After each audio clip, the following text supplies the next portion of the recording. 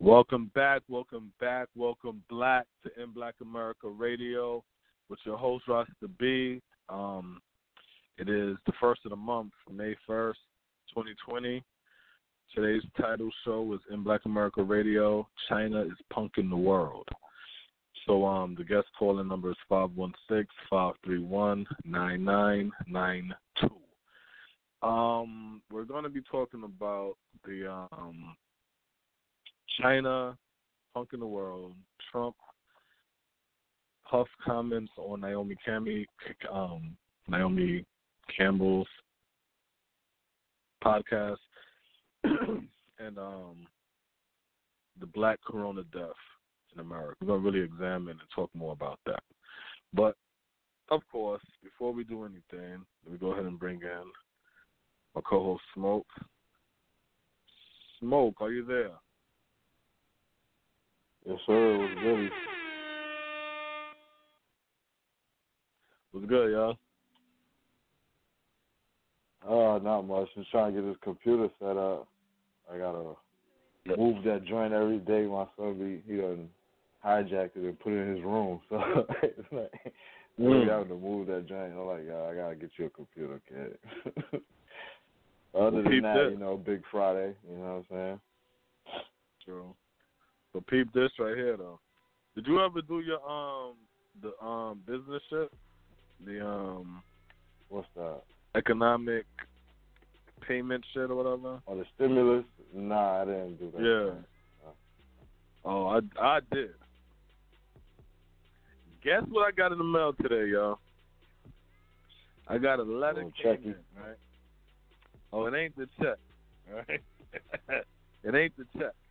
But what I got was this letter that came in titled The White House, Washington. My name, my address, right? Notice date, April 15th, 2020. Notice number, bloop, bloop, bloop, bloop, bloop. None of your business. So it says, your economic impact payment has arrived. It says, my fellow Americans, our great country is experiencing an unprecedented public health and economic challenge as a result of the global coronavirus pandemic. Our top priority is your health and safety. As we wage total war on this invisible enemy, we are also working around the clock to protect hardworking Americans like you from the consequences of the economic shutdown. We are fully committed to ensuring that you and your family have the support you need to get through this time. On March 27th, 2020, Congress passed with overwhelming bipartisan support the Coronavirus Aid, Relief, and Economic Security Act, CARES Act, which I proudly signed into law.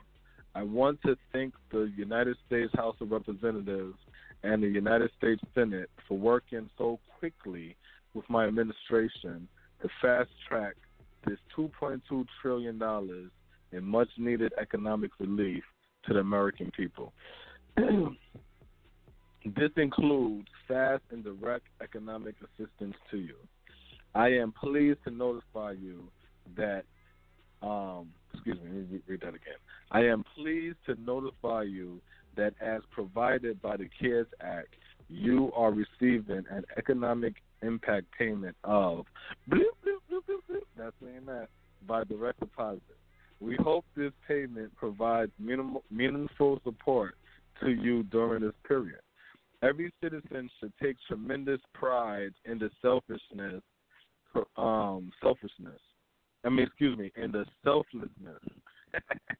courage, and compassion of our people. America's drive, determination, innovation, and sheer willpower have conquered every previous challenge, and they will conquer this one too, just as we have before. America will triumph yet again, and rise to new heights and greatness. We will do it together as one nation, stronger than ever before. President Donald J. Trump. So, I got that shit today. I didn't even think I was going to get none of that shit. You know what I'm saying? But I got that shit today in the mail, and I was like, yeah, I was kind of confident that you was, because I saw people was getting payments for that shit. Well, I didn't see the payments, but I seen people talking about that shit. Like, oh shit, I got $3K for my employees. I got this for that. You know what I'm saying? So like, I was like, because I remember you said you had did it or you was gonna do it or whatever. yeah. I was like, yeah. When you said that, I was like, oh, watch that show. But that all goes to information. You know what I'm saying? Information sharing. Exactly.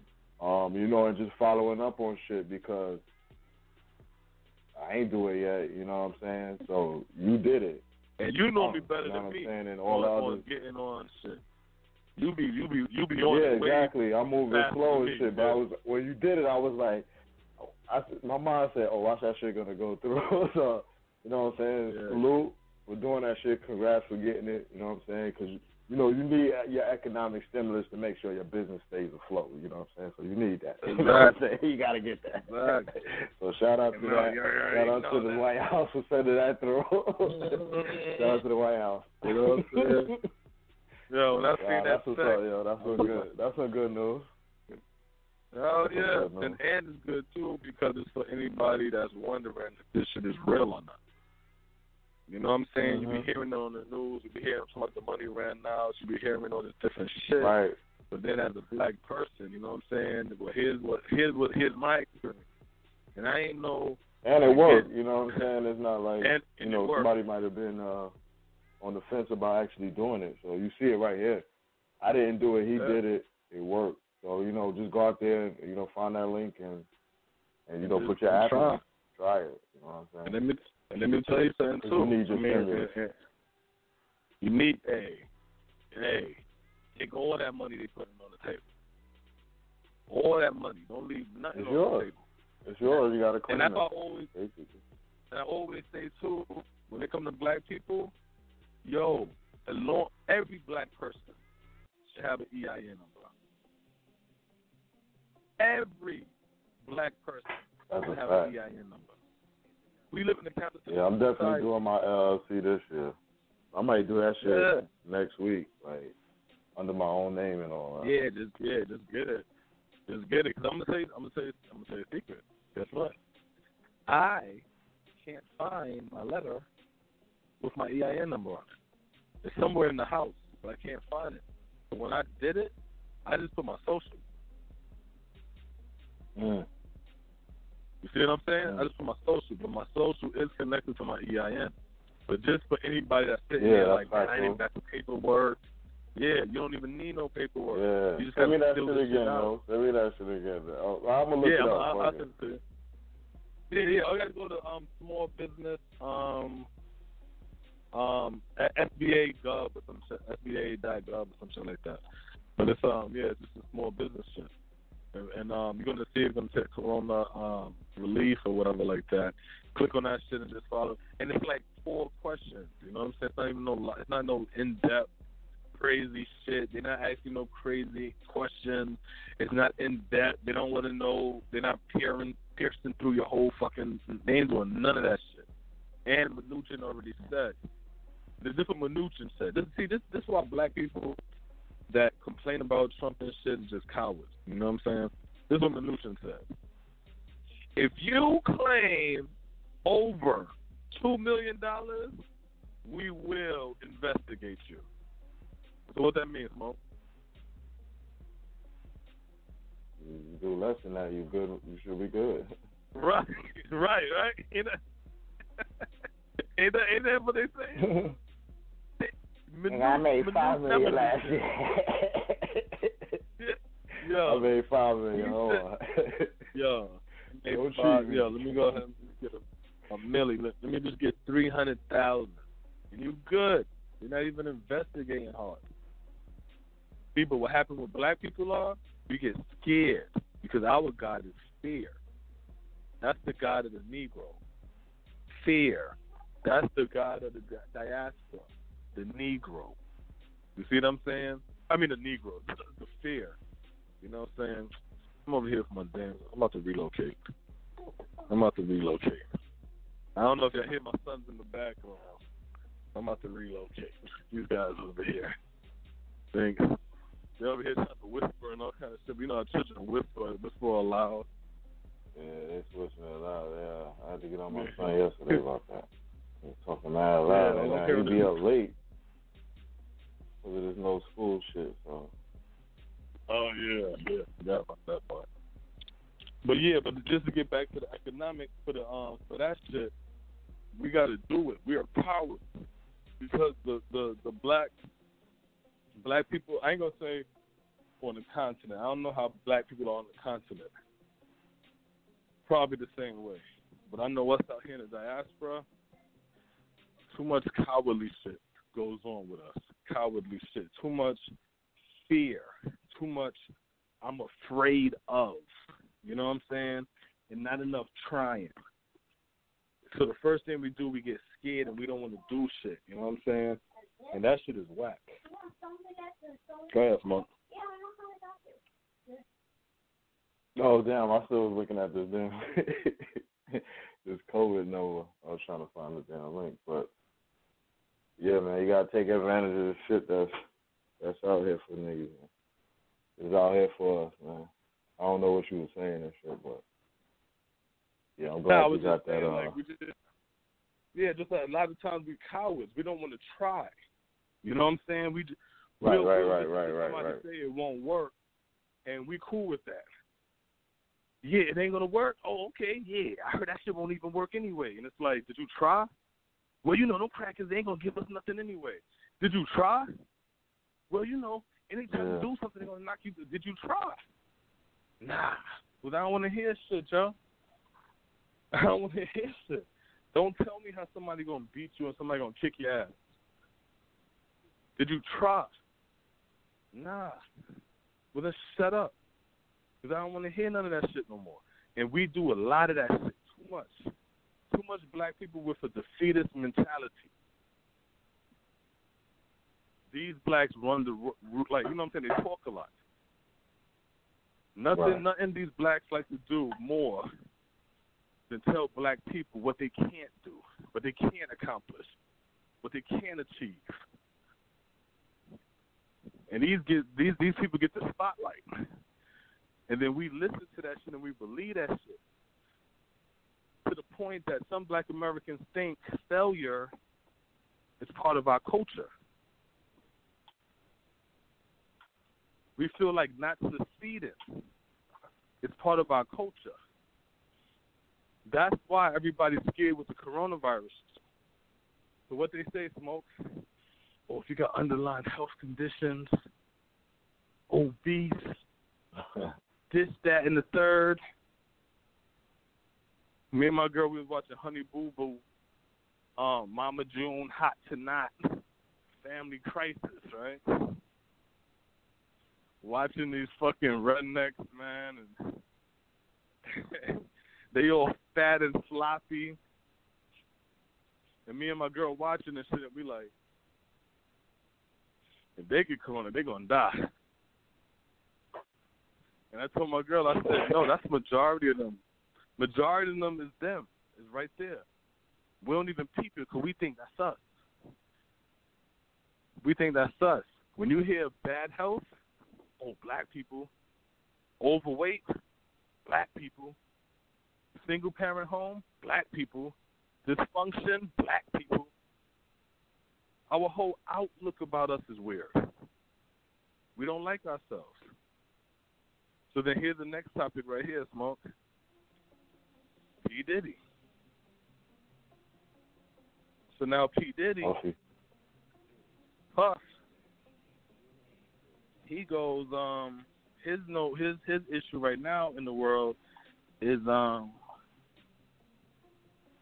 his little comments that he made on Naomi Campbell podcast, some No Filter with Naomi, right? So Puff makes the comment now. He goes, the black vote is not going to be for free. That's how he starts it, right? He goes, we're going to have to see some promises. We're going to have to understand what kind of deal we're getting out of it. What are we getting in return for our vote? Nothing has changed in America for black America. And in order for us to vote for Biden, we can't be taken for granted like we always are because we're supposed to be Democrats or because people are afraid of Trump. That's that word again, afraid, fear. It's whoever is gonna take care of our community, whoever wants to make a deal. It's business at this point. We can't trust politicians. So we want to know. So we want to know very clearly, just like Trump made it clear that he wanted to build a wall. Biden needs to make it clear what he's going to do to change the lives and quality of life of black and brown people. I will hold the vote hostage if I have to. At this point in November, we will be forced to choose between two candidates. Donald, all right, I guess this is the commentary. Yeah, this is the commentary. Now, wait, let me just read some of the commentary though, because this might be the same shit that other black outlets are saying. At this point in November, we will be forced to choose between two candidates, Donald Trump and Joe Biden. Diddy's argument leaves too much to the imagination and not clearly stating that Trump has been dangerous for black America. This also isn't the first time Diddy has called for a black vote revoke. He made similar arguments in 2016 elections during the MSNBC interview with Al Sharpton, where he said black voters got shortchanged by the Obama administration. The heat had to be turned up so much that as a community, we've got to hold our vote, Combs said. Don't pacify yourself. Really revolutionize the game. Make them come for our vote. It's a whole different strategy. But I think we need to hold our vote because I don't believe any of them. Did he walk through the political sphere and very similar to another friend of his, Kanye West, even though Kanye was talking on the MAGA side. So the point of all of that right there, Smoke, is this. Puff, obviously he's consistent in what he's saying, right? But what Puff is saying is what black people have been saying for I don't know how many different presidential elections, that we've been taken advantage of, and we need to figure out some way to get some type of leverage. That's what black people are screaming for, right? I was listening to a radio station out here, Young Jock and Shorty and this female co-host named Sue Solo. And she made a comment and she was like, yeah, I feel what Puff is saying, but right now we only got two candidates. That's between Trump and Biden, and you know we don't want Trump. I wish he would have said something like this earlier when there was more candidates to choose. And I thought that was funny because I'm like, why do you think all the candidates were talking about reparations? Because early in the campaign, the hold your vote, no vote, tangibles, B1, Tariq Nasheed, you know what I'm saying? And I ain't going to be a hater. I'll name you Yvette Carnell or whatever her name is, and the other dude, Tone. You know what I'm saying? Or whatever like that, even though I think they're corny. But Tariq Nasheed them was pushing that. All three of them was pushing that narrative. You know what I'm saying? Of hold your vote, tangibles. What are we getting from it? Yada yada yada. But you can't then turn around because they know this. They heard this. These same people turned around and was laughing at the idea of reparations and the question of reparations. And then when we got two candidates, now they say, well, this ain't a good time to talk about that. I should have said that earlier. We did say that earlier. Y'all laughed. The same shit about the whole holding your vote. Roland Martin got a clip on his on his channel or whatever, Roland Martin Unfiltered, and he's saying the same shit. He's trying to break you down. And he's like, first of all, what what you need to do is this. So this, we have to vote because, in a nutshell, because that's where the power is, voting. And then he started going through the narrative of blacks don't vote, which is false, because we're one of the highest voting racial groups in America. Then turned around and said that because there's 20,000 that didn't vote in whatever state, this is the reason why we don't got power, blah, blah, blah, blah, blah. And when I'm hearing him say this silly shit, and I'm like, how could you, at your age, right? Because I'm only 39, so how could you, at your age, say that the whole voting shit is based upon numbers, and that's where your power is, but Jewish people do not outnumber black people in the country. Their voting block and their voting numbers is not a strong block, but yet they have power in this country, economic power. Asians, damn sure, don't outnumber blacks in America, and they do not have a strong voting block in America. They have a weak political voting block in America. But guess what they have strong in a capitalistic society? A strong economy. So when I'm listening to these black people keep saying this stupid ass shit of, oh, the problem is blacks isn't voting. We are voting. And the reason why we keep saying our votes don't count is because we are voting. If we wasn't voting, guess what? We wouldn't say our votes don't count. That's counterproductive. The reason why that comment is said is because of the actions that the people are doing. So we're voting, but the question becomes, why aren't we getting the outcome of everybody else? You know why? It's economics. We don't have an economy, so we cannot buy politicians. When we buy politicians, they ain't losing. They're not losing shit by. Oh God. No, go ahead. You said losing shit like what? Oh no, I was just gonna say they're not losing nothing by shitting on us. So even if they do promise us some shit, and then once they get in office, they don't have to do it. It ain't gonna be no repercussions besides just talking.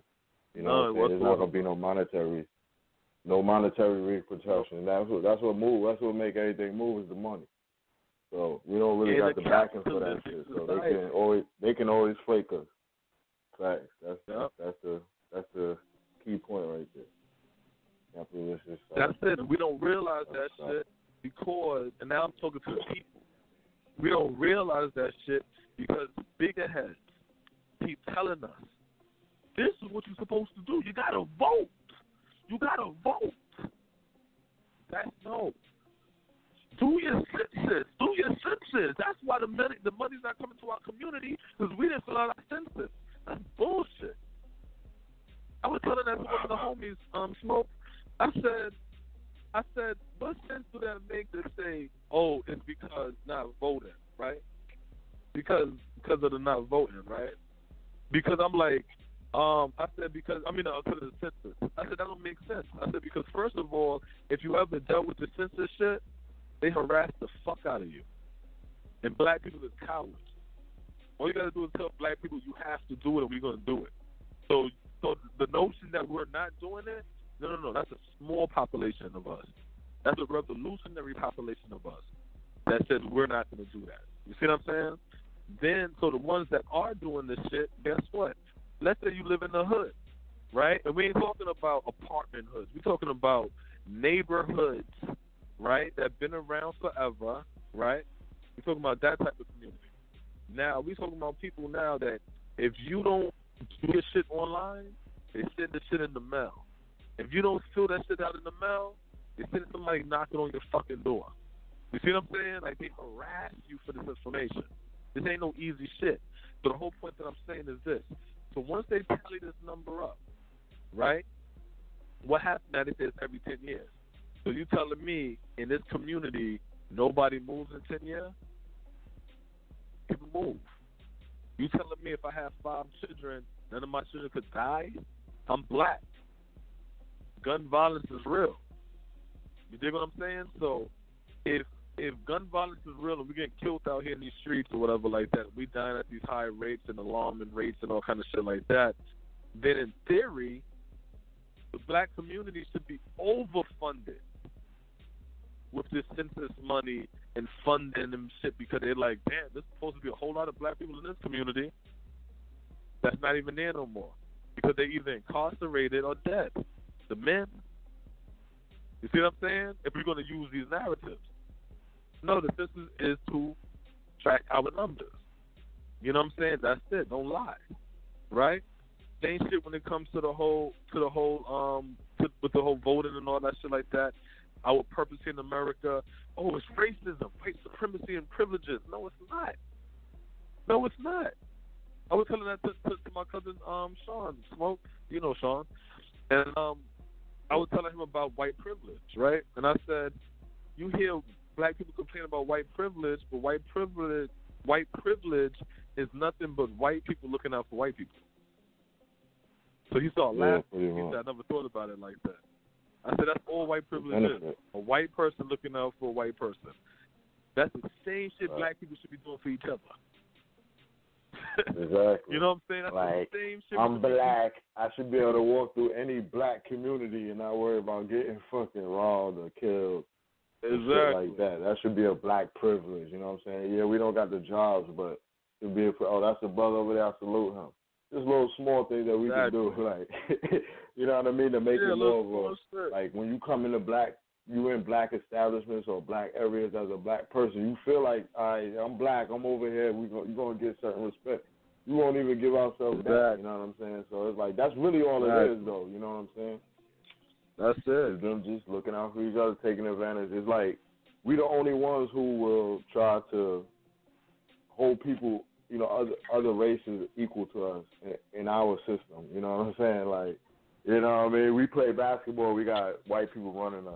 When we are the product, you know what I'm saying? Shit like that. We the only ones who are going to allow that. Exactly. Whereas you don't see no black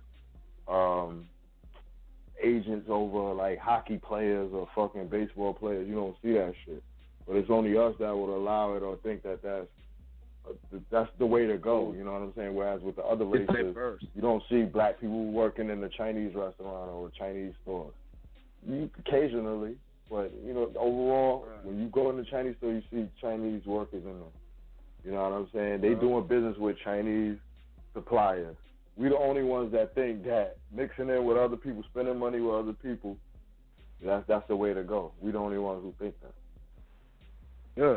So we think it's odd when we see that other shit. When we see people doing what they supposed to do with people of their kind, we think it's odd and shit. It's racism or some shit, but it's like, yo, we need to operate like that. We're supposed to operate like that. We're supposed to. Yeah, and we don't get it, Smoke. So then we look at somebody else do it and start bitching and complaining about it. And don't realize everyone's laughing at you. Everyone's laughing at you because you're bitching and complaining about how racial groups are supposed to operate. And because your racial group doesn't do this, does not practice race first, you start to bitch and complain and think it's powerful to bitch and complain about something that your race is supposed to do, is allowed to do. This is the only way for you to survive in a capitalistic society. But because we was trained not to do it, we see other groups do it and get offended that they're doing it. And it's the weirdest shit. But then guess what? Now I'm speaking to the people. It ain't your fault. You only think that dumb shit makes sense because the bigger heads tell you that's how it's supposed to work. And the bigger heads tell you if you look at it that way and you fight racism and you fight white privilege and you fight white supremacy and all kind of other shit, that's how you're going to get your freedom. Here's the trick. You can't fight feeling. You can't fight narrative.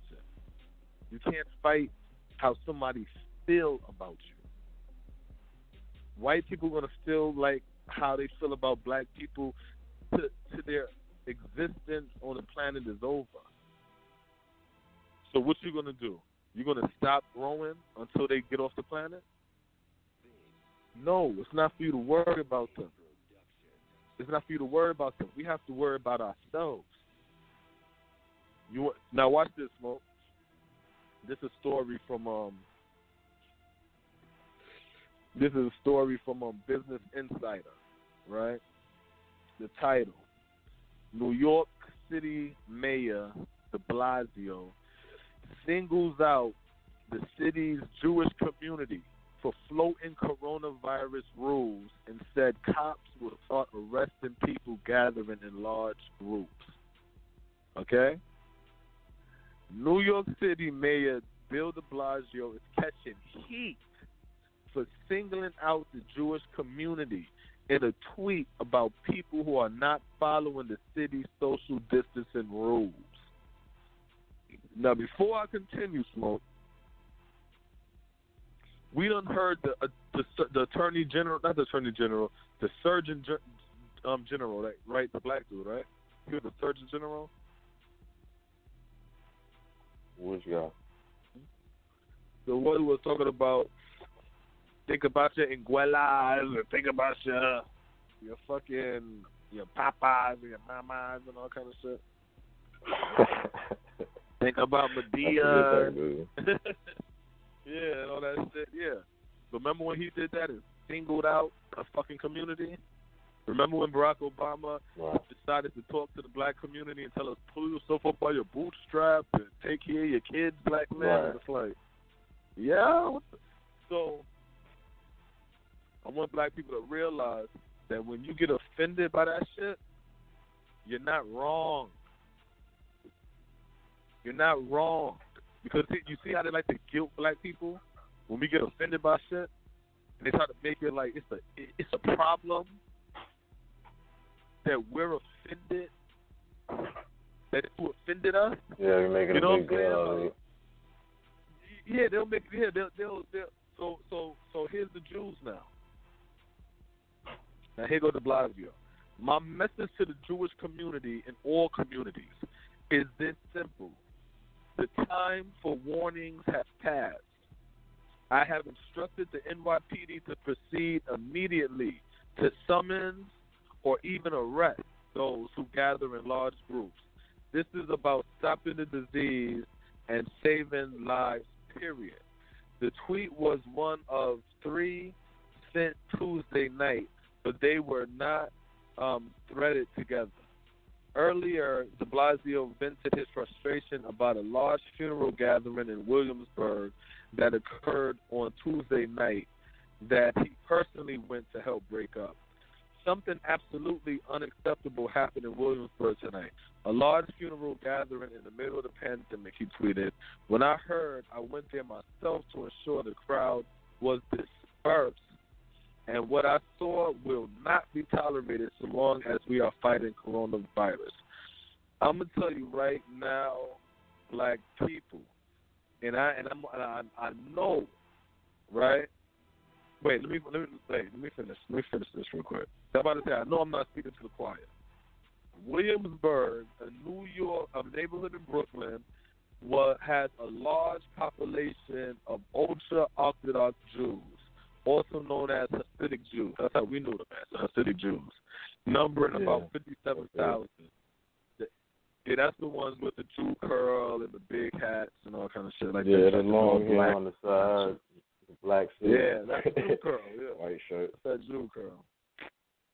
The insular Jewish community has seen large numbers of corona cases, and some members have openly flouted social distancing rules by holding large prayer services or funerals.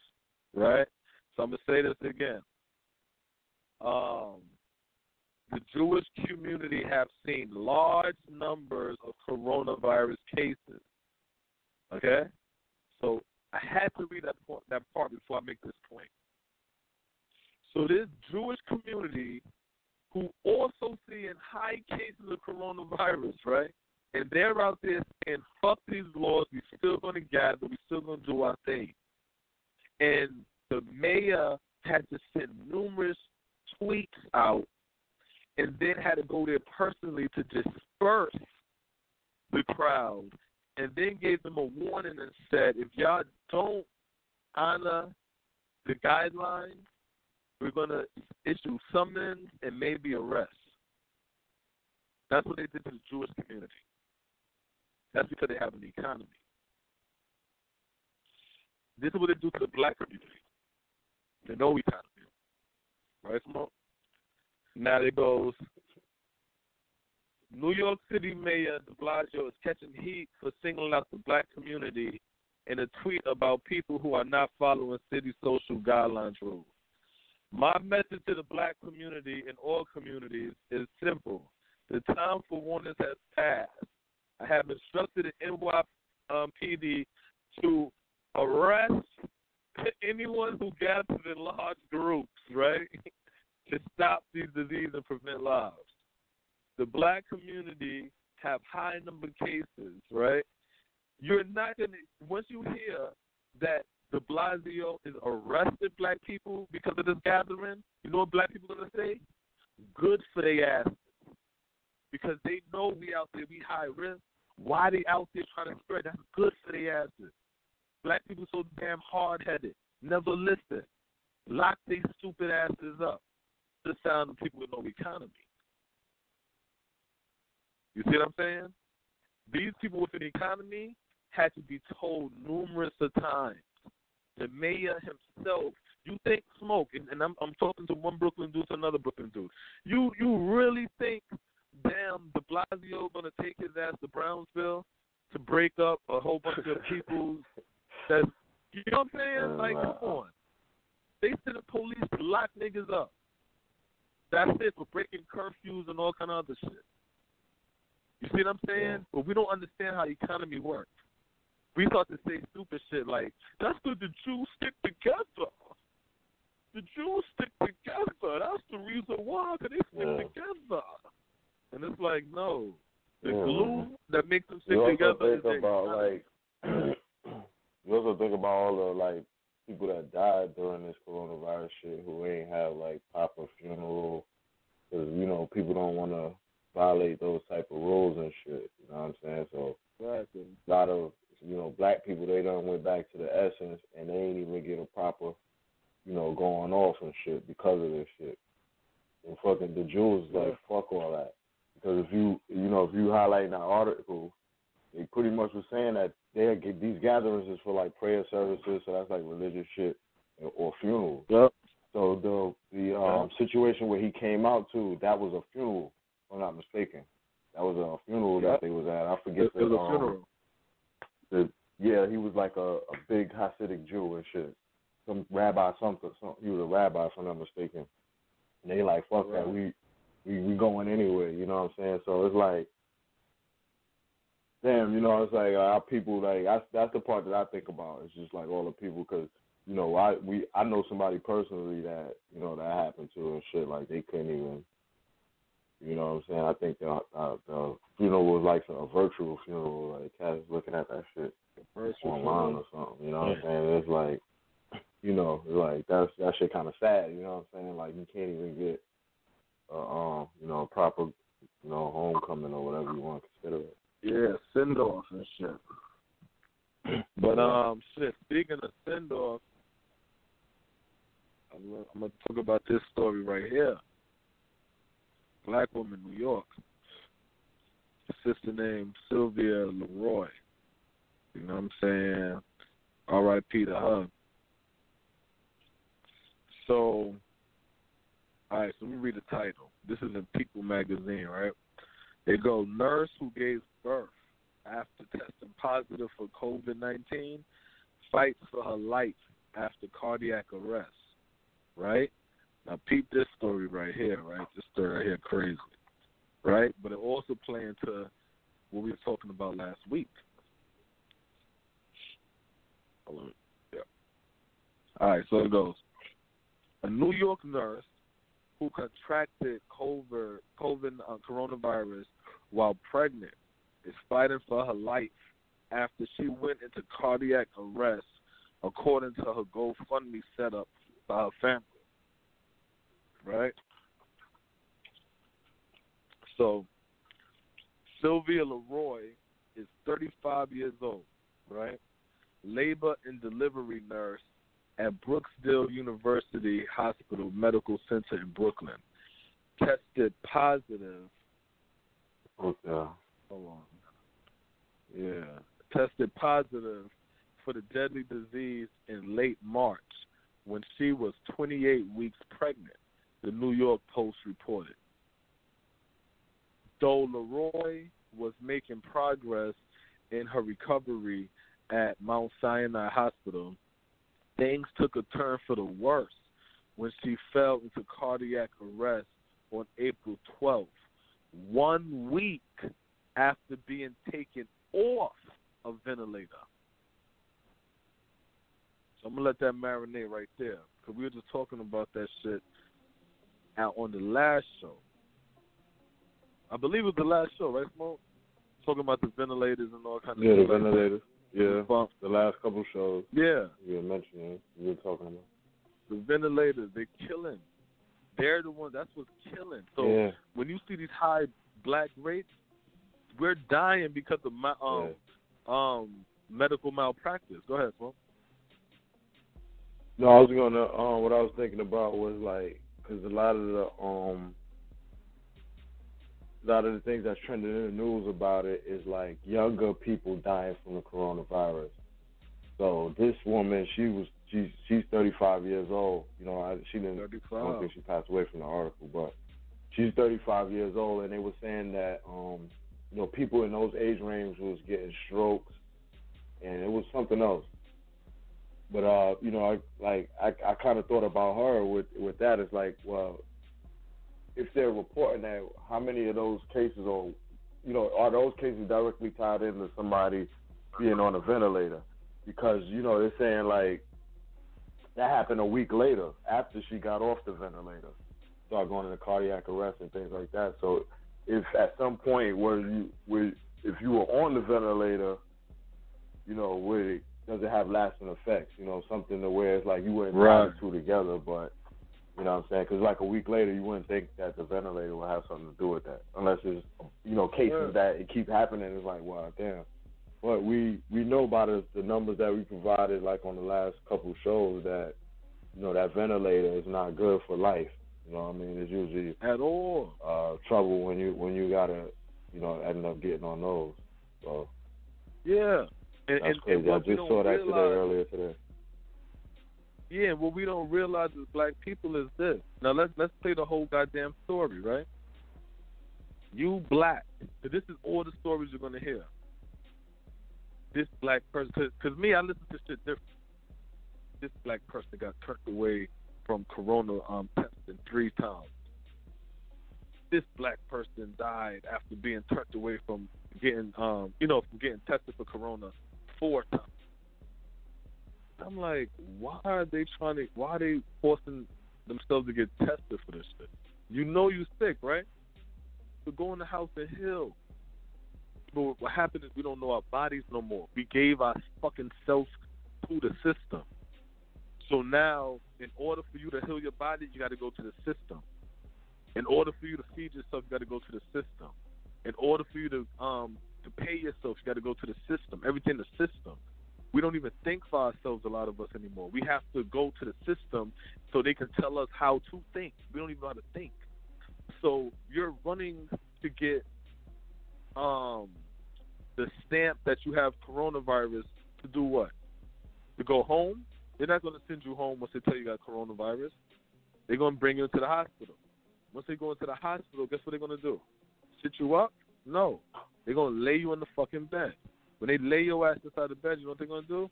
They're going to get ready to prep your ass for this fucking ventilator, depending on the severity of your condition at the time. That's it. And the ventilators kill you. The ventilators is doing the killing. Black people don't ask questions. Black people don't fight. I, as a first-time father, 2012, my lady gives birth to my first son, and when I'm inside this hospital, I'm watching how these doctors and nurses and stuff move. Now, one time did I let them sit there and tell me or dictate shit. When I came and I'm looking at that was weird and wrong, the way they had my son wrapped up, all tight and snuggled and shit, and he was a big boy. And I'm like, why they got my son like this shit? Unwrapping shit. They got tubes and shit all on my son. I'm like, why they got these tubes and shit over here? I'm pulling shit out. They like, sir, what are you doing? I said, no, what are y'all doing? You going to explain to me what all this shit is? Well, I ain't say shit. I ain't cursed, not one time. But I said, you going to explain this? Well, if you don't put the tubes and stuff back in your son, then we're going to call defects and we're going to call the police. I said, call defects and call the police and make sure you bring my paperwork so I can get ready to get out of here. So she leaves. My girl, she crying, she nervous and stuff. Oh, I'm so scared. What are they going to? I said, there ain't nothing to be scared about. She come back. Oh, did you make your decision yet? I said, did you call police? No. Did you call defects? No. I said, go call them and get my paperwork. You see what I'm saying? I'm not playing with y'all because I'm wise enough to know if I curse you out, that's enough for you to get security to escort me out the building. But if I never curse you, you have nothing to get me out this building. You got to just deal with me. I didn't threaten you. I ain't curse at you. You see what I'm saying? So I know that. We as the people have to start thinking and challenging these motherfuckers again. We don't do that.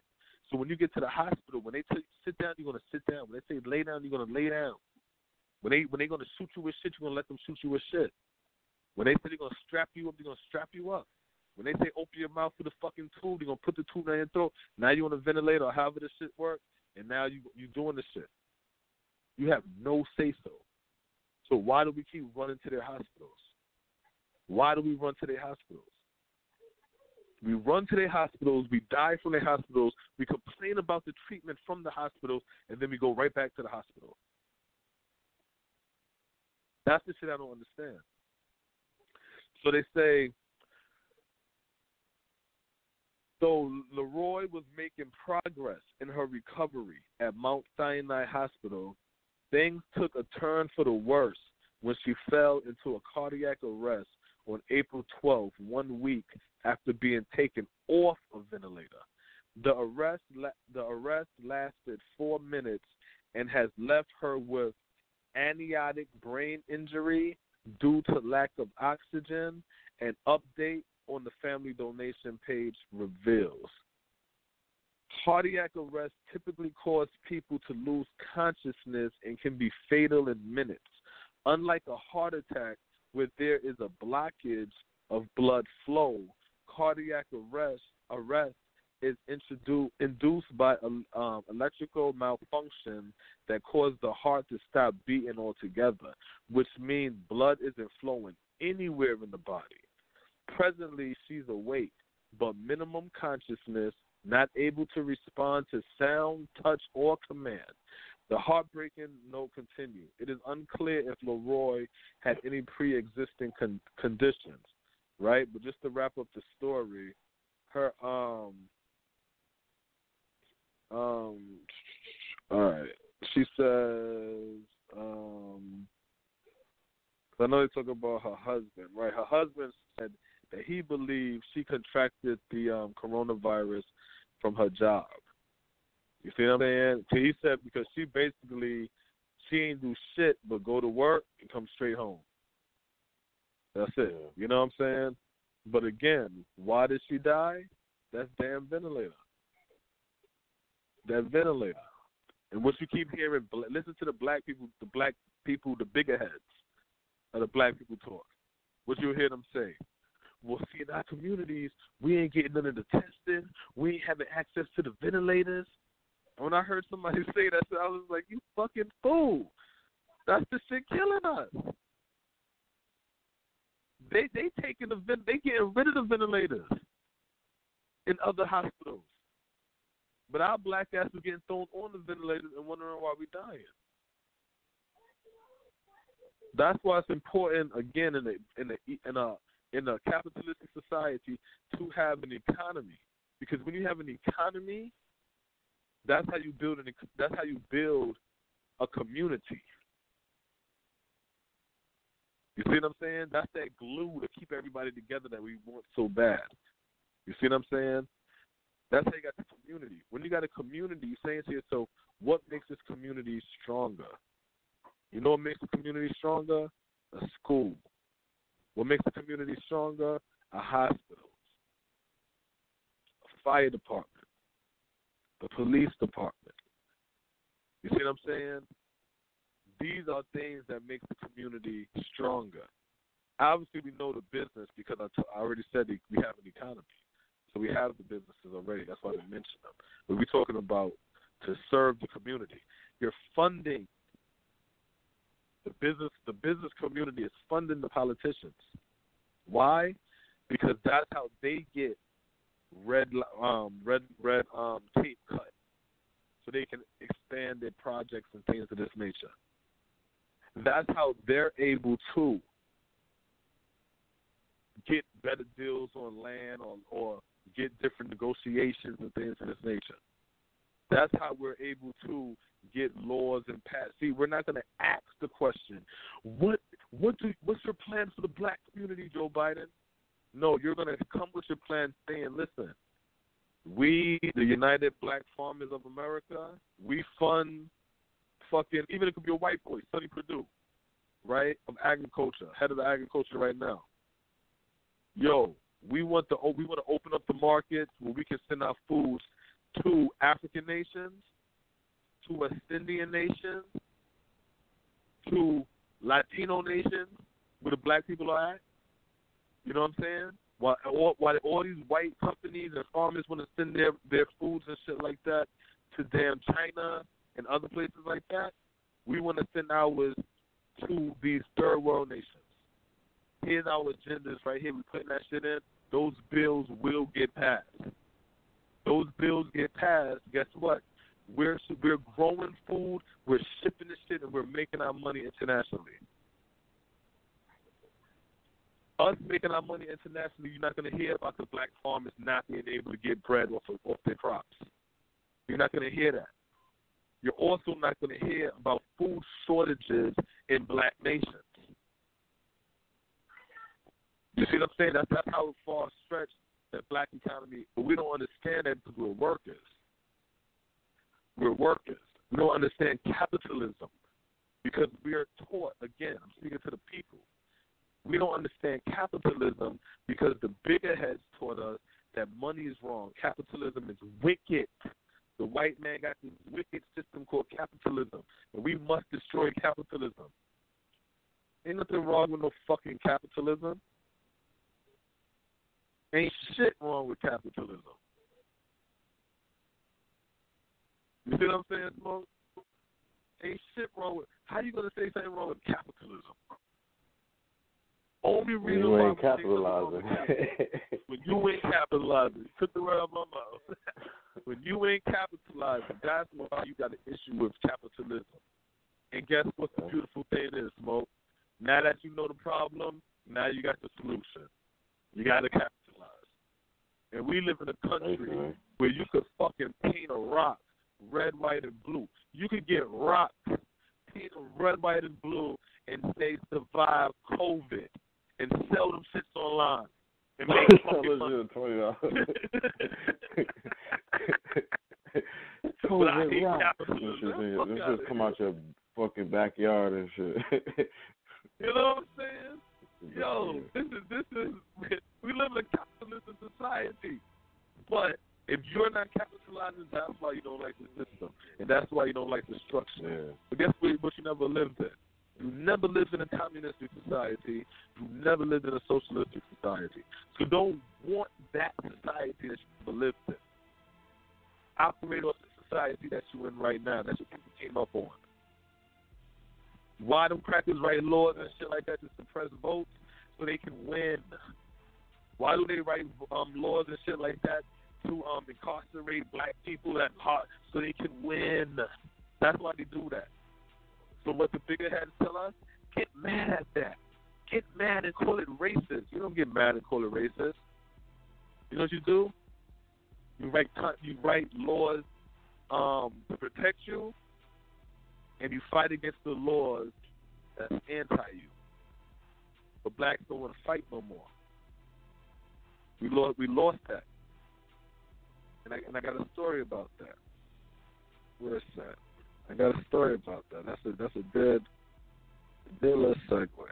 I had run across this story, Smoke. It was an interesting read, right? But it told me something about black leadership, especially in the CBC. Where's that? Blasio, Andy Cohen. Yeah, it's about this man, where this shit at, man? Anyway, well, as I look into that, you know what I'm saying? But that's the whole shit, Smoke. And then, like I said, on top of that, we still dealing with gun violence, right? We still dealing always, with that shit ain't going nowhere. That shit ain't going nowhere. All right, let me go. Yeah, I'm gonna get into the other story in a minute. Not right now, because I can't find it. But I'm gonna get into this one right here, though. So this is a cause of concern for Black America, right? Cause of concern. Virginia. Title. This is from the Business Insider, April 29th. This is the title. All but one coronavirus death in Virginia's capital have been Black Americans. The county's health director is not surprised. It's serious. Black people are serious out here. Almost all of the people to die of COVID-19 in Richmond, Virginia are Black Americans, according to Danny Avula, the director of Richmond and Henrico Health Districts. Avula told insiders that Black residents who account for 13 of the city's 14 corona deaths. I'm going to repeat that, Smoke. Avula told insiders that Black residents account for 13 of the city's 14 COVID-19 deaths. The statistics show that COVID-19 deaths are disproportionately affecting Black communities. Disproportionately affecting Black communities. This is 14 you said 13 deaths. Right. Out of 14 people who died, 13 was Black. And the title says, all but one. 99% of Black people died of the coronavirus death died are Black. And it's like, are you serious? You're talking about 14 people? 14 people died. And out of 14, 13 was Black. And then you finding out the ventilators is killing Black people too? Man, listen, man, I can't take this shit serious, yo. I can't take it serious, Smoke. And you want to know a irony of the whole coronavirus shit? Let me make sure I ain't got no more coronavirus stories first before I say this story here for coronavirus. Here's another one. Here's another one. Far too many patients hospitalized with COVID-19 in Georgia are Black. New CDC data report. They got a picture of a Black mother kissing a Black man who looked like he's strapped up and shit like that to a fucking ventilator.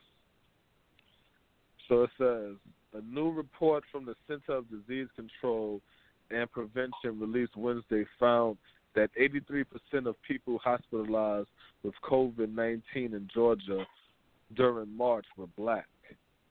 The proportion of hospitalized patients who were Black was higher than expected based on overall hospital admission, the reports say. The CDC looked at demographic data from 305 corona patients admitted to 8 hospitals, 7 in Atlanta and 1 in southern Georgia, and found that out of 200 out of the 297 cases in which race was known, 247 patients were black. Black people account for 52% of the population in Atlanta and 32% in Georgia, meaning they were significantly overrepresented in COVID-19 hospitalization. Not deaths. You understand that, folks? Yeah, they playing wordplay. Right. They're saying that black people accounted for 50% of the overall black people was found to be 83% of the people hospitalized with COVID-19 in Georgia. Not dead. Hospitalized. The report came days after number. Yeah, it's all the fucking number game shit. Because again, if soon as you feeling like you're sick, you're running to the hospital, then yes, you're gonna have a higher rate. Like I don't even understand what they're saying. Are you not supposed to go to the hospital if you're feeling sick? Now, me personally, I'm not. But I'm speaking on just the layman term, right? If you're sick, you're telling these people to go to the hospital. That's why they keep running to the hospital to get tested, right? So if they're running to the hospital to get tested and they have it, isn't they going to be admitted into the hospital at a higher rate? Just so we believe in the hospital also, because they're not just grabbing people off the street like, oh, you got COVID, you cough, and they take you to the hospital. You going to the hospital yourself. So it's just saying, to me, it's just like, it shows we believe in the hospital, and they failing us. So it's like, oh, this coronavirus is going on. A lot of, I can't say what individual people might have been going through. I don't want to, like, downplay that. But, like, you going through something, it's like, well, I don't want to self-heal. I'm going to go to the hospital, try to get this medicine. Then you end up on the ventilator, and then we understand what's been happening with people on the ventilator. So that could be the cases, that case will happen. But, again, in this case, you're just talking about the cases. And so it's just people that, in my opinion, we probably believe in the hospital system overall as black people. So we go in there, and, coronavirus is going around. So that's going to inflate the numbers somewhat. And that's how I look at that, too. You know what I'm saying? Because we make up the workforce in the hospital. Right. We're quick to run to the hospital.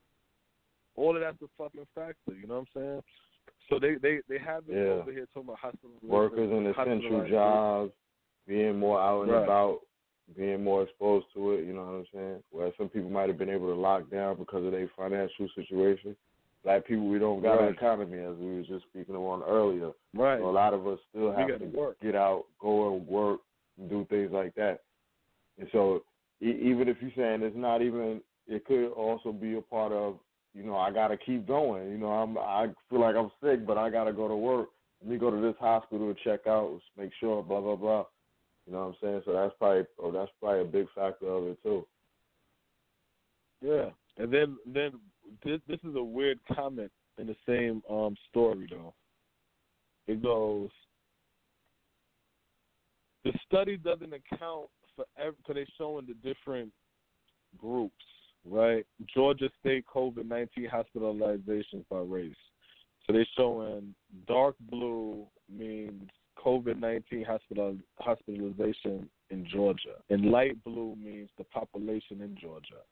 So 10.8% of whites was hospitalized in Georgia, but they're 52.4% of the population of Georgia.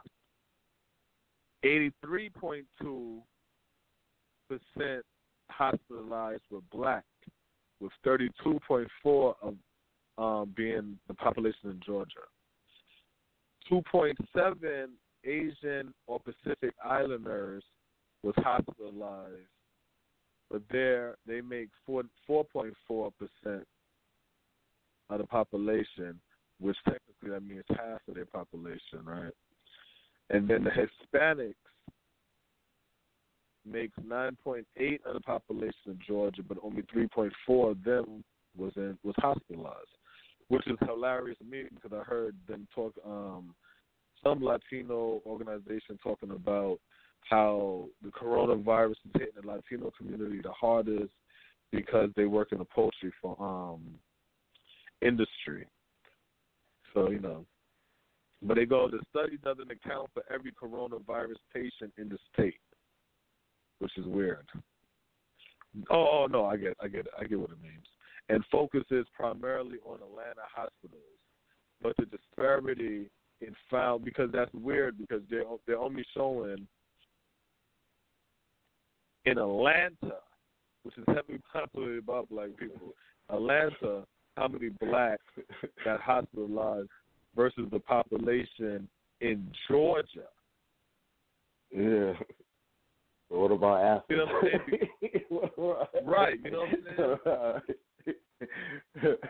Because like that and shit. Like, come on. Yeah, because the shit just said we gonna go to Atlanta. Yeah, because it just said the study doesn't account for every coronavirus patient in the state and focus primarily on Atlanta hospitals. See, that's why you got to read these stories, yo, because they be saying shit and it don't even make sense. Let's go back to the beginning. A lot of times you got to have a mind frame of that. It's going to be some spin, and you got to find the spin in the article. You got to because find that's basically shit. All it is just like they spinning a bunch of shit to go back to your word, fear. It's just fear tactics. Go back to that fear shit. You know what I mean?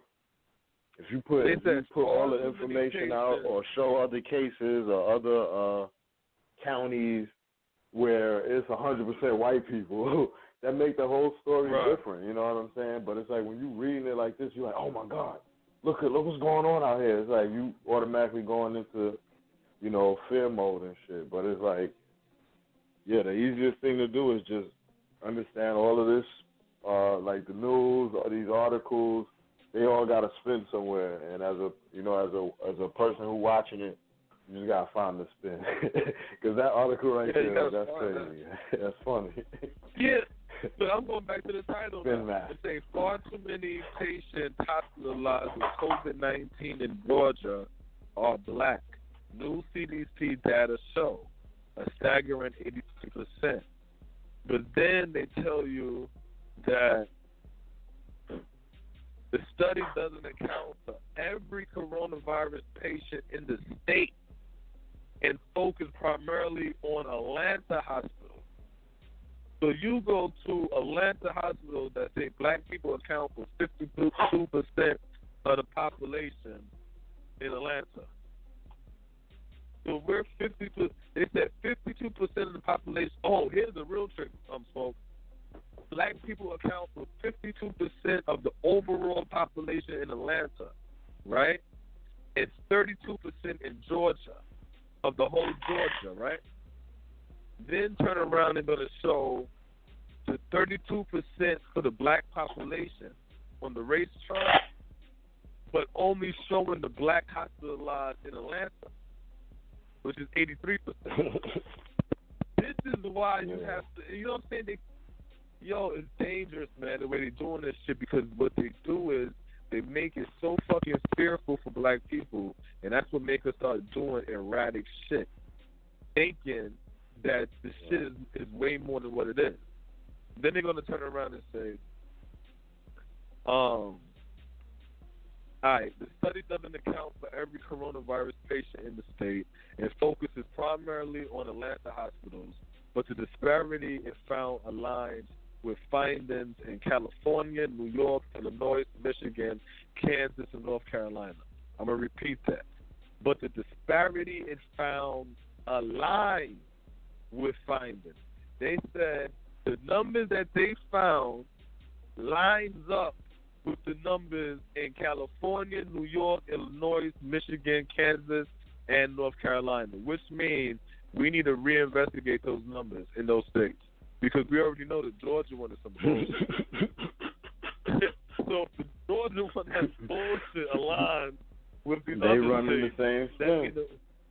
They work in the same fucking spin. Now here go the. You know what I'm saying? The game is this: find the fucking county that got the highest percentage of deaths with black people, and that's what we're gonna report on, and use that as the basis of the article. That's what they're doing in North Carolina, California, and all those other places, Kansas that you just named. We're the highest one. Let's talk about that one. You know what I'm saying? You know that's really what they're doing. Yeah. Because your article clearly states that they're only talking about one area, which is probably a few counties. You know what I'm saying? So everybody's doing that shit. Like, oh, well, let's go to the county that. Oh, this one is 90% over here. 5 cases. Oh, it's 80%. 5 cases over here. Okay, we got you. Now we're gonna talk. 80% of people died in this area. When you hear 80%, you just thinking of a large number. You know what I'm saying? But that could be 4 people out of 5 people.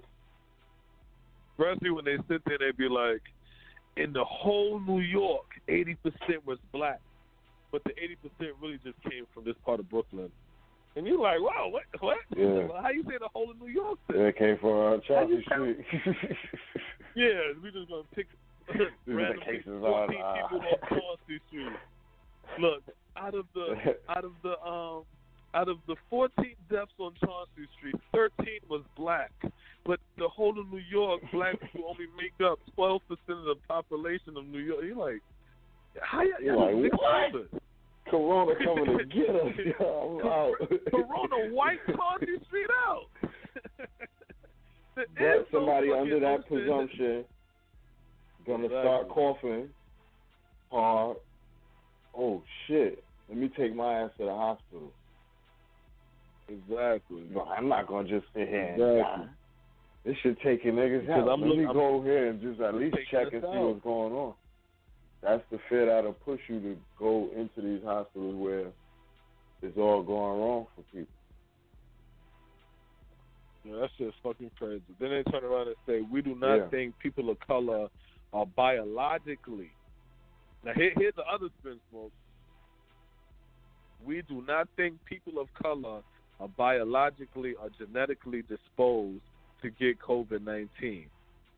The U.S. Surgeon General Dr. Jerome Adams, we're just talking about him, right, said earlier this month that they are socially predisposed to coronavirus exposure to have a higher incidence of the very diseases that put you at risk for several complications from coronavirus.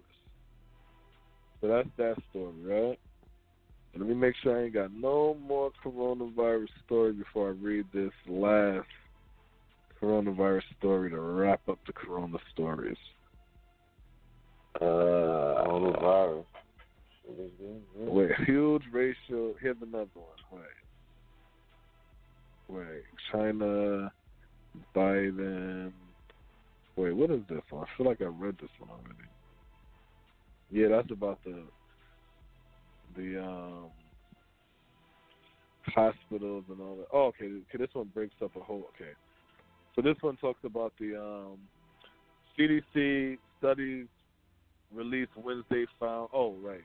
Well, the title is Huge Racial Disparity in COVID Hospitalizations in Georgia Studies Find. So then it goes, the CDC released Wednesday found that over 80% of the COVID-19 patients hospitalized in Georgia last month was black. We already covered that part. And then they go, the study from the CDC, which because sometimes you got to read different articles to get different information, which is headquartered in Atlanta, surveyed 8 hospitals in the state. Okay, see how we're getting more information? The study from the CDC, which is headquartered in Atlanta, surveyed 8 hospitals in the state, 7 in the Atlanta metro area and 1 southern Georgia. In the sample of 305 COVID-19 patients who were hospitalized in March, 247 or 83% were black. comparison, no, let's not do 83%. 247 were black. They're going to say by comparison, 32% patients were white, and 10 were Hispanic, and 8 were Asian. The proportion of hospitalized patients who were black was higher than expected based on overall hospital admissions. The analysis found that black patients were not significantly more likely to. Okay, so they say the analysis found that black patients were not significantly more likely to require a ventilator or to die during their hospitalization. I'm going to repeat that. The analysis found that black patients were not significantly more likely to require a ventilator or to die during their hospitalization. They also were not significantly more likely to have diabetes or cardiovascular disease. So data from other studies have shown black Americans in general are more likely to have those ailments, which may put them at higher risk of severe complications. The study stressed the importance of considering racial groups as hit harder. Overall, African Americans make up more than 36 of confirmed corona cases in Georgia, according to the state's health department. Slightly higher than 32% shares of the state population, and Georgia is hardly alone in seeing the black residents suffer in high tolls. In Maryland, which they like to call Murderland, black people are 31% of the population, but nearly 45% of probable coronavirus deaths. In Louisiana, they are 33 of the population, another murder capital, and 56 of the deaths. Major cities include New York, Chicago, Detroit, and Washington, D.C. have also reported racial disparities in cases. Georgia is one of the first states to start easing stay-at-home restrictions. Okay, that's that. Now, let me make sure that's all of my corona, because I want to get to this story. Intelligence, the study, CNN, the world. Here we go. Are you ready for this, Mo? Stumbled on this information right here. I stumbled on this shit right here, okay? In Black America Radio, China is punking the world. We got 34 minutes left. We stayed a little bit longer on the black coronavirus deaths than I anticipated, but we will talk about this China punking the world, though. Guest calling number 516-531-9992. So check it. Here's the title.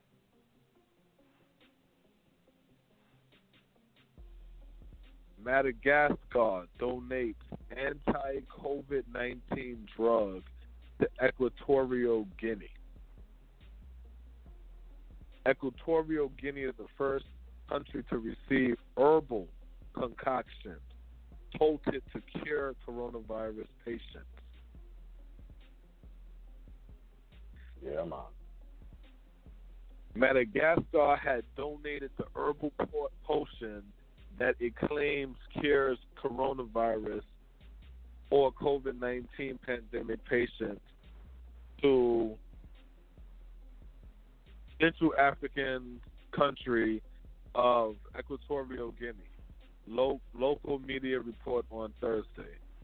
A consignment of 11,500 packets weighing 1.5 tons of COVID Organic, CVO, a form of herbal tea, was shipped to Equatorial Guinea. Out of this 1,500 packets, out of this, 1,500 packets are for curative treatment and $10,000 for preventive healing. Equatorial Guinea wanted to be the first country to recognize and use the remedy discovered by Malansky researchers. And we hope that health cooperation between the two countries will be further strengthened, said Laverty, a newspaper quoting Mitoha Andu. Aiba, Equatorial Guinea's Deputy Minister of Health. Equatorial Guinea, with a population of 1.3 million people, smoke, has 315 confirmed COVID-19 cases so far, with one death.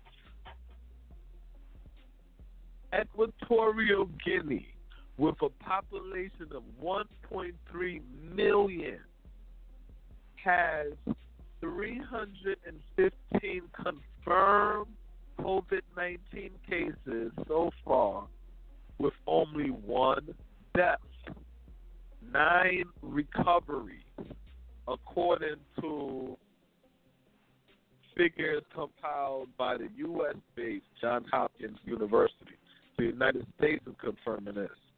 Last week, Malagasy President Andre Rajoelina officially launched the CBO, a herbal concoction claiming that it can prevent and cure patients suffering from coronavirus. The drug has been developed by the Malagasy Institute of Applied Research. Rajoelina has directed to distribute the drink free of charge to the most vulnerable and sell it at very low prices to others. According to information from the presidency of the Republic of Madagascar, 3 African countries, Senegal, the Congo, and Guinea-Bissau, has shown interest in CBO. So see right there, smoke, you got the Africans coming up with their medicines to cure and to prevent from happening. Meanwhile, we're going crazy, to the hospital for ventilators. Go ahead. Yeah, they already had a low confirmed cases, 315. So, they basically going over there to get those, to pretty much just wipe that shit out and have a little stockpile, if I'm looking at it correctly, you know what I'm saying? But I want to see what Madagascar's numbers are. If that's the case, if they got the potion and they selling it. They should very low, because that's how I stumbled on this shit. I was looking at South Africa's numbers. And when I was looking at, and I was trying to find it by race, but I couldn't find it by race.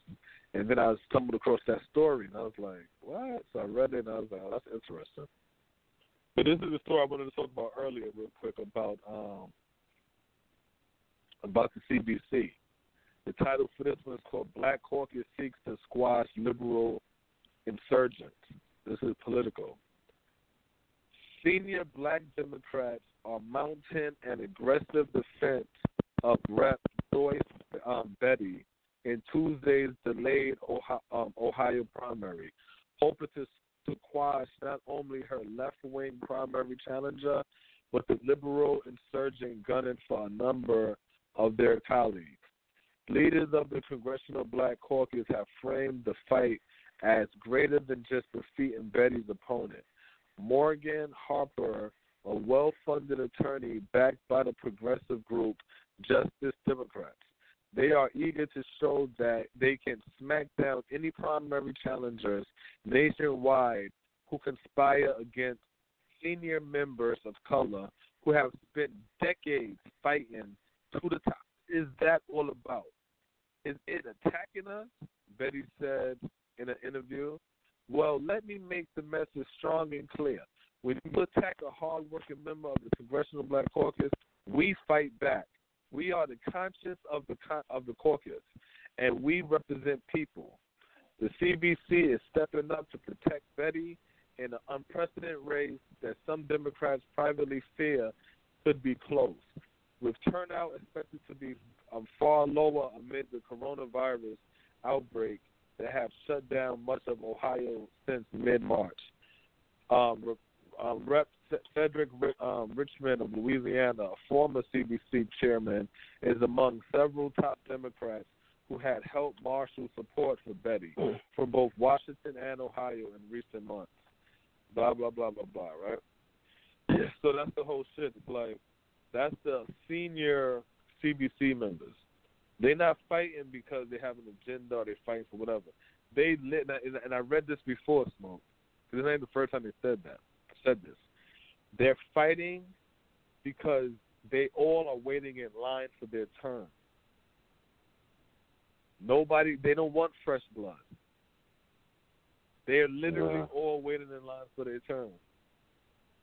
And just for the follow-up for that story, Rep. Joyce Betty, she defeated the challenger Morgan Harper.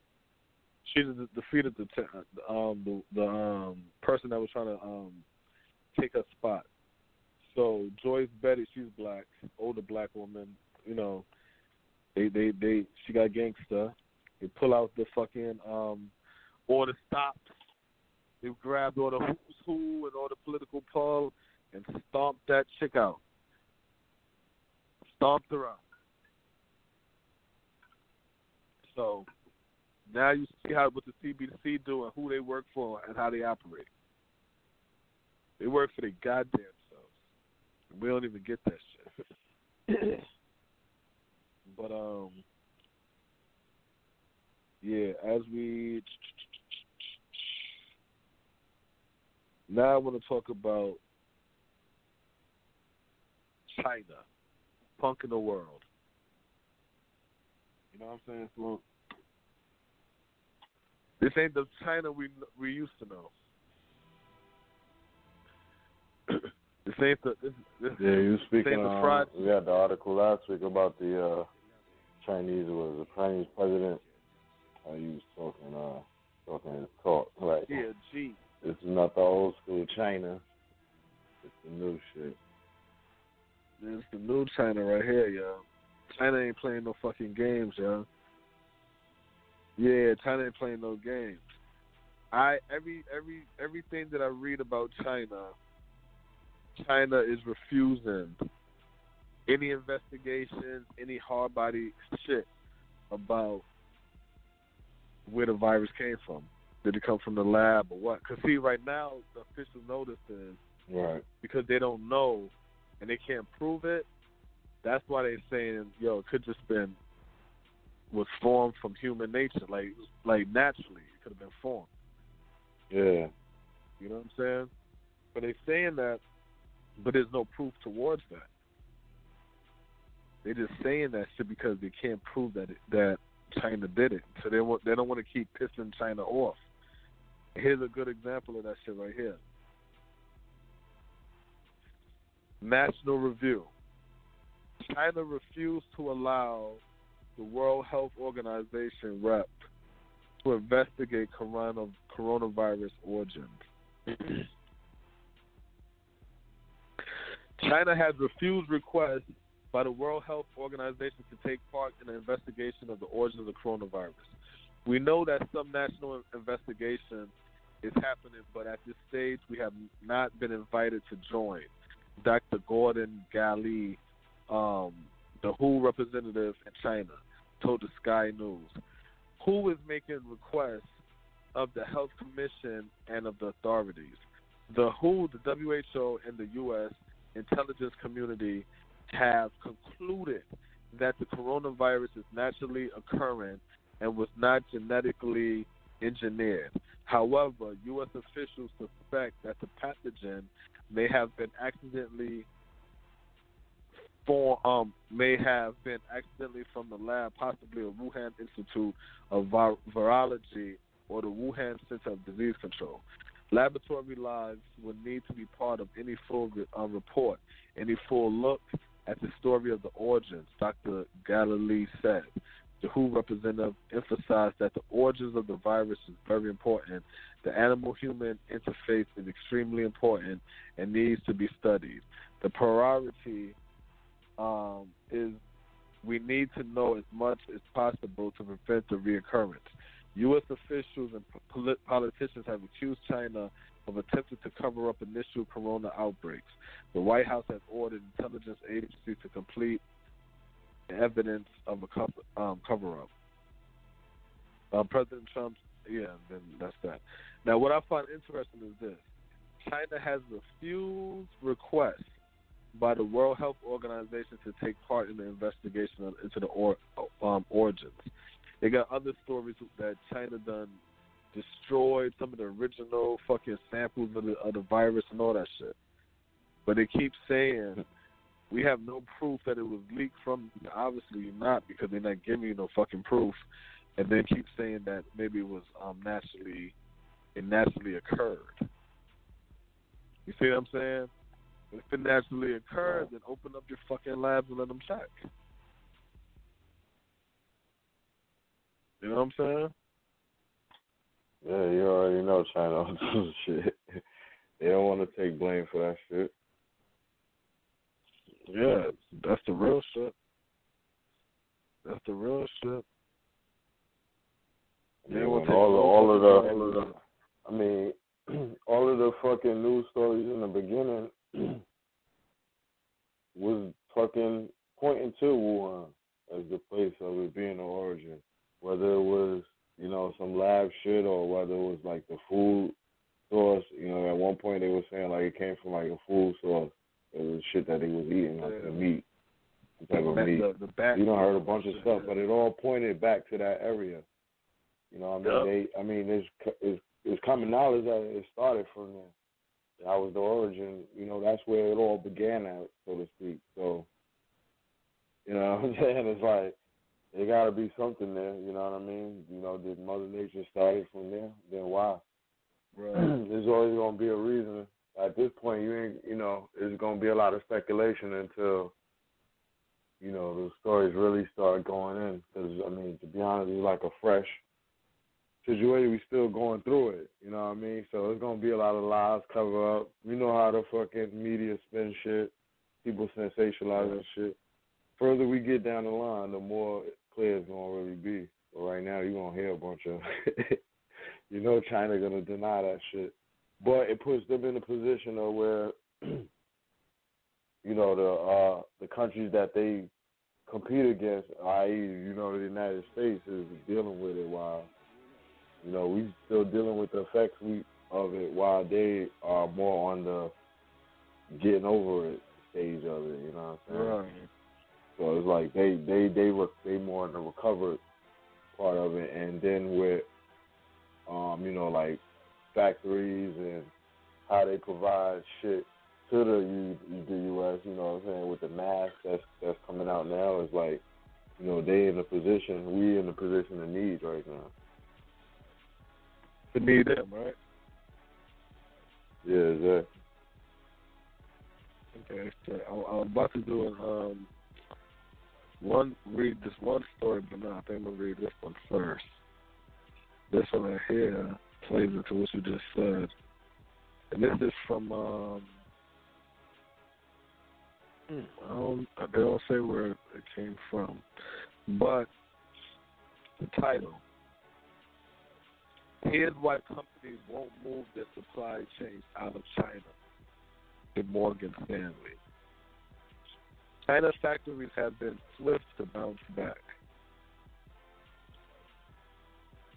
They say, as the coronavirus pandemic reveals vulnerabilities in global supply chains, businesses have learned the dangers of over-relying on a single manufacturing hub.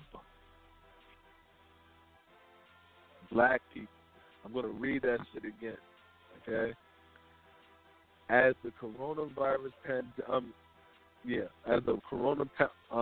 pandemic reveals vulnerabilities in global supply chains, businesses have learned that the dangers of over-relying on a single manufacturing hub. So when I'm talking about a black economy, then I don't want it. And your question is, well, what are we supposed to make, or what are we supposed to do? Anything that's being made in this country, anything that's being made in the world, there should be a black version of it. There should be a black person that makes it also. And guess what? That makes other people that rely on manufacturing not just happen to have to rely on one person. Everyone's relying on one person. That shit makes no fucking sense. But the good thing is, because everybody relies on one person, it opens the market up for a 2-person, and a 3-person, and a 4-person. It opens it up for that. Now, but an analyst at Morgan Stanley suggests businesses are likely to take the opportunity to tilt parts of their manufacturing operations away from China, at least from now, are unlikely to take the opportunity to tilt parts. They said cash-starved companies currently lack the funds to invest in new operations and tinker with existing supply chains. At the same time, you see, Chinese assembly lines have been swift to bounce back, even as other economies remain in lockdown. We don't understand the Chinese game, right? We don't get it. I wonder how much technology got to do with that too. Like how much technology they use in their factories versus or just in their businesses in general versus the technology. Yeah, you see a lot of businesses that's failing or not failing that's still on lockdown or really suffering. They can't change over their strategy.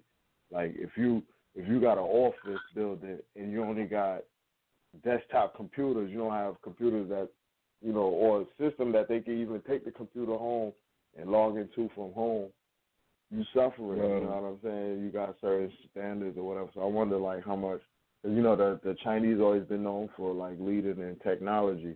You know what I'm saying? So I'm wondering how much that plays into it. Cause I've really been thinking about that. Even you see with even a restaurant or something, if they don't have online ordering or delivery, things like that, you just got to walk in there. They suffering. They don't have the technological means to keep their business going. So I was just wondering that.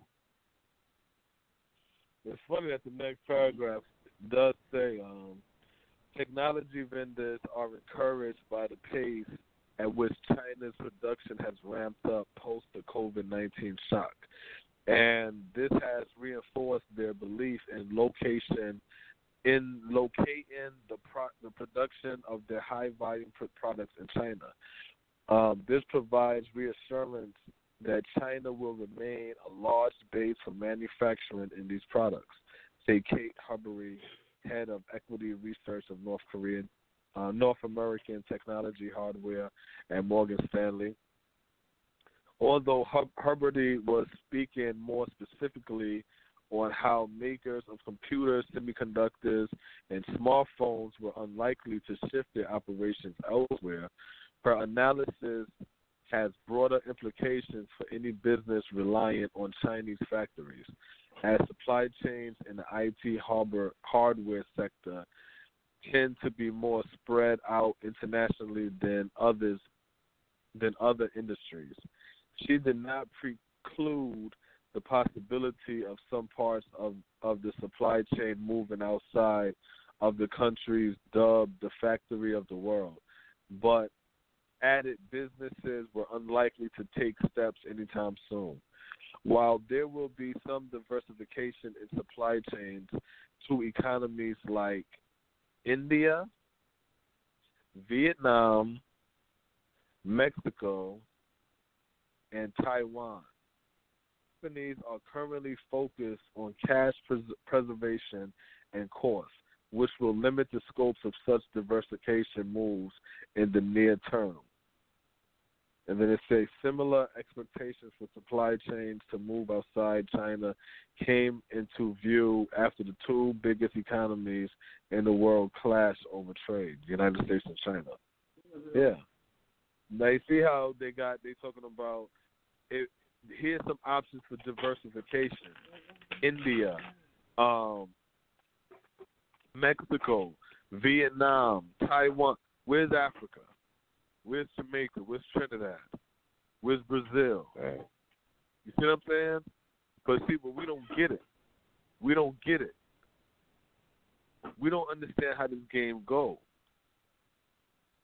So then what happens, we get fed excuses and we get fed ways to understand the byproduct of not having an economy.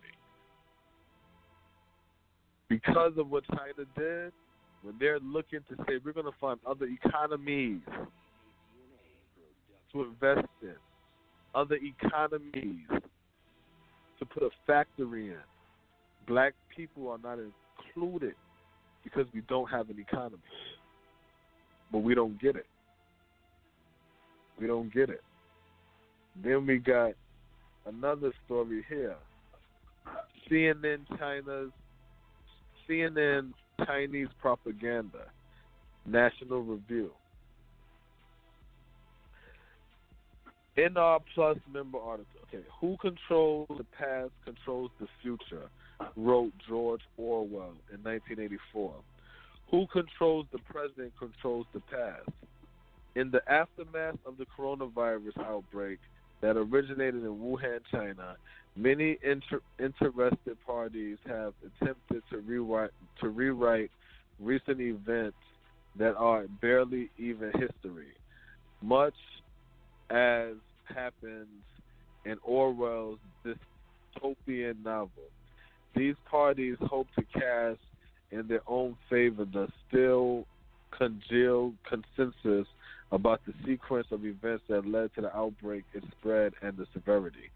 The most brazen such efforts belong to the Chinese Communist Party, which is now reinterpreting recent events to exploit the outbreak that its own actions and inactions cause. One would think that CNN, a news organization that declares itself fond of speaking truth to power, that likes to declare that an apple is an apple, would block the CCP, Chinese Communist Party, attempt to rewrite recent history. But one would be mistaken. In a CNN quote-unquote analysis, James Griffith admits that Chinese leaders have not been blind to the opportunity. That coronavirus presents to flaunt the supposed superiority of their own political model. I'm gonna read that again. But one would be mistaken. In a CNN's analysis, James Griffith admits that China's leaders have not been blind to the opportunity. That coronavirus presents to flaunt the supposed superiority of their own political model. Yet Griffith then proceeds to toe the Beijing line on China's handling of the coronavirus, America's efforts, and the global implications of both. It said it's propaganda thinly disguised as reported. Griff's most egregious propagandization or whatever concerns the Chinese government itself, which deserves most of the blame of the spread of the COVID-19. Griff seems eager to whitewash that government's conduct and undercuts its critics' valid concerns. It is debatable how communist modern China actually is offered. That may technically be true. China is no longer taking great leaps forward, to be sure, but its political apparatus remains oppressive enough to send hundreds of thousands of Muslim Uyghurs, a disfavored minority, to a concentration camp and directly bearing on the crisis at hand. China, eager in typical totalitarian behavior by suppressing early knowledge of the infection spread, by imprisoning whistleblowers, it delayed public awareness, blah, blah, blah. So it's strange for Griffith to quote German Foreign Minister Heiko Maas' assertion that China has taken some very authoritarian measures, while in the U.S. the virus was played down for a long time. There are no mutual exclusive actions. The Chinese government took authoritarian measures to downplay the virus. The suppression of the information allows China to publicly condone mass gatherings in a knowingly infected city and to allow thousands of citizens to leave the country. What he's talking about right there, Smoke, he said the government took authoritarian measures to downplay the virus. The suppression of the information allowed China to publicly condone a mass gathering. They're talking about that Chinese New Year. And when everybody went to China for the Chinese New Year, what they're basically saying in the article is a lot of them Chinese caught the virus, and when they left China, went back to, they came with that virus and shit. Wow. You see what I'm saying? And it's just so fucking wild and shit because, again, it ain't no hate towards them Chinese. They doing what they're supposed to be doing. They're trying to push their race forward. You see what I'm saying? They're trying to strengthen their race and their legacy. But see, us, we don't believe in that because we're so caught up and beat down the shit to believe in silly shit that we're supposed to fight racism and white supremacy. Here it goes, Smoke. We're going to fight this racist white supremacist system, right? How the fuck are you going to fight the racist white supremacist system when all the government got to say in the house is a virus out there that's going to kill you? And you're going to stay in the house. So how you plan on fighting the racist white supremacy system if a virus is going to keep you in the house all day? How that work? Yeah, I got something for that. Virus house, huh? You know what I'm saying? We're going to go out there. We're going to kick this white man's ass. We're going to destroy the system. We're going to, it's going to be a curfew. We're going to have a shutdown because there's a virus. Oh, okay. Put your mask on. It was like COVID-20. It was COVID-20. Remember how COVID-19, nigga? Remember 19, nigga. Stay your ass inside. You know what I'm saying? Yeah. Remember 19. Everybody stay inside. It's killing black people, yo. 14 people died. 13 of them was black. That's 99% of the population that died. Like, what are you talking about, man? We just listen to this dumb shit, man. It just don't add up. It never adds up. But when you understand the game, you understand it's fair. You know what I'm saying? Here's another one, Smoke. Before COVID-19, pray to work. I'll pray for you. Pray to work. I'm blessed and highly favored. I'm covered in the blood of Jesus. I can't be stopped. I can't be turned. All this shit, right? COVID-19 hit. 6 feet distance. Don't be showing up to church. Hey, y'all pastors close those churches. Do that shit virtually. Everybody, what happened to your God? What happened to your prayer? What happened to your protection? You see? You see what I'm saying? It exposed a lot of bullshit. We got to deal in reality. We got to do it in life. Virus, death, none of that shit got to matter, yo. Because we gonna survive and always survive everything. When you're black, and we talking about the general population globally, that if I go to China and say where's black people, that they know what the fuck I'm talking about. That's who you mourn. You want to be hung up on black and, oh, black is a color. I'm not a color. I'm not a crayon. We're talking about identity now. We're talking about a racial group now. for the ones that the know-it-alls. Don't you know a white man created the racial categories of race? He created it, race, and okay. And guess what? Everybody follows it. The only reason why you got a problem with race is because your race is losing.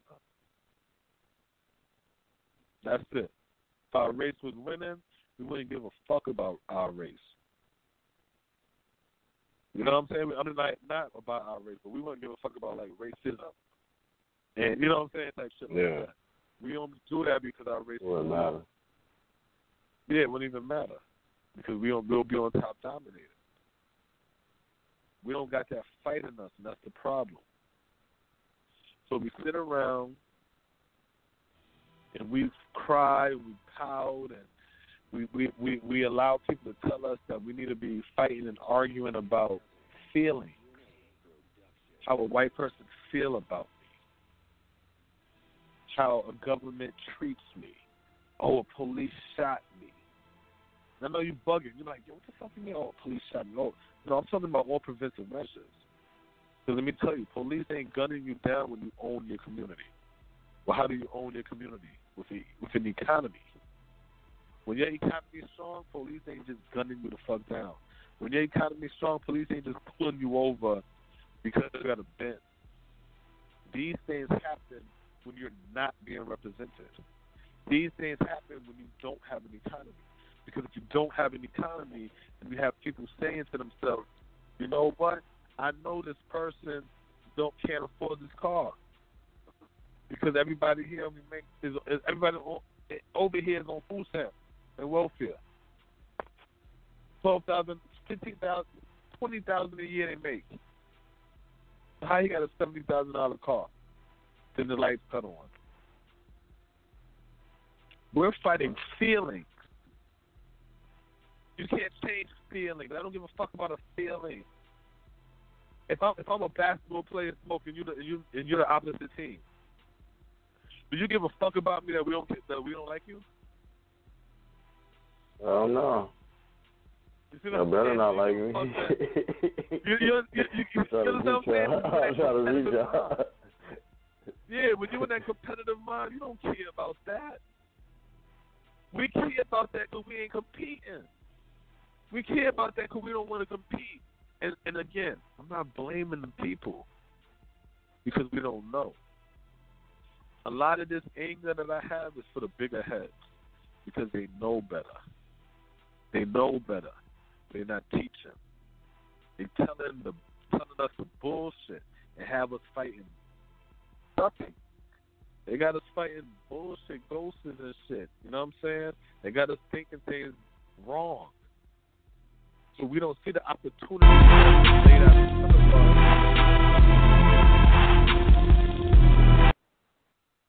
Yeah, we don't see the opportunity that's laid out in front of us because we think that we don't have opportunities. The reason why we don't think we have opportunities is because we keep being told that we're on the bottom. We're being this. Everything's negative we have to wear. So then when you keep believing that shit, you move like that. You see what I'm saying? When you're sitting here listening all day, coronavirus is killing black people at these high numbers. Coronavirus is wiping out the black community. Coronavirus is killing everybody in the black fucking community. It makes you move a certain way. When you read the story, you realize the death number ain't matching up with the percentage and the fear they're trying to push. When you read the story, you're going to realize the number one issue in the black community, besides not having an economy, but when it comes to health, is gun violence. When you realize what racism really is, when you realize what white privilege really is, when you realize what economy really is, when you realize what power really is, how politicians really work, how this government and the system really play out and work, you're not going to complain about that shit. You're going to take advantage and work on the opportunities that's given to you in the system. that's what you're going to do. Guarantee you, that's what you're going to do. We just don't do it because we don't know, Smoke. We don't know. We don't have a fucking clue. Just like I said, how many of us walking around here mad and talking about how racist Donald Trump is and, all the rich want to do is get richer. Look how Donald Trump cut all them taxes for the business communities and shit like that. But look what the people end up getting. We ain't get shit. Well, guess what? And I'm living proof. You could have got your stimulus money and you could have got a business money. And you would have got more money if you would have had children. You see what I'm saying? Right now, Smoke, money's low. Interest rate is low. Interest rate is at zero. Interest rate is at zero. You could borrow money. You could borrow big fucking bread, yo. Interest rate is zero. Flip that shit. Flip that shit. Pay that shit back and eat off your fucking profits. Open up a business. We got to produce things. We have to make things and sell them. Put it out there because I want it out there forever. For someone to listen to and realize this is what the real shit is. Not this fake shit everybody want to talk about. That's just make-believe shit everybody want to talk about. But trust and believe. Behind the scene, me and Smoke, we working on shit to make this shit pop, at least for next year. You know what I'm saying? And I see the times we running out quick. We're trying to squeeze a lot of stories in, but we're going to get into these stocks talks. I'm about to have a stock seminar tomorrow, Smoke, with Chicken and all now. Oh, wow. Yeah, Chicken had called me up and said it was like he in town. Yeah, he was like, yo, did you already have your the stock class? I was like, nah, I'm waiting for you. He was like, I'm in town. I said, we're doing it tomorrow. So I'm going to hit everybody up and shit. We're going to do a little stock talk. Oh, party all off. Let them know what it is. Yeah, because you know what it is? That's funny. But see, that's beneficial because, exactly. You know, now you got, I don't know, let's say it's 5 people that come through there and then, you know, they want to invest. They got money. You know what I'm saying? They want to do something with it. You know, those are 5 people now that, you know, when profits come back, those are 5 people that now want to work. You know what I'm saying? That now want to, exactly. They see that shit. They see the, you know what I'm saying? They see the return on it. You know what I mean? So I can't imagine that, you know, first everybody coming together that it ain't going to be productive. You know what I'm saying? If Chicken calling you, you know, it's like, all right, you know what I'm saying? That's what's up, you know what I mean? So, yeah, that's going to be productive, you know what I'm saying? Yeah. And that's what all black people should be doing, especially black men, you know what I'm saying, should be getting together and strategizing right now. You know what I'm saying? That's what everybody should be doing. Exactly. And that's the main thing you get from them. Bullshit. Yeah, we're not fucking doing goddamn videos in the backyard and shit like that, you know what I'm saying? Fucking crying about their haircut and shit like that, you know what I'm saying? Really just serious, you know what I'm saying? And strategize at least, you know what I'm saying? That's what's up. And this is how I'm going to wrap it up, Smoke. Strategize black men, strategize black women, strategize black people globally. Start to learn Mandarin. And we out.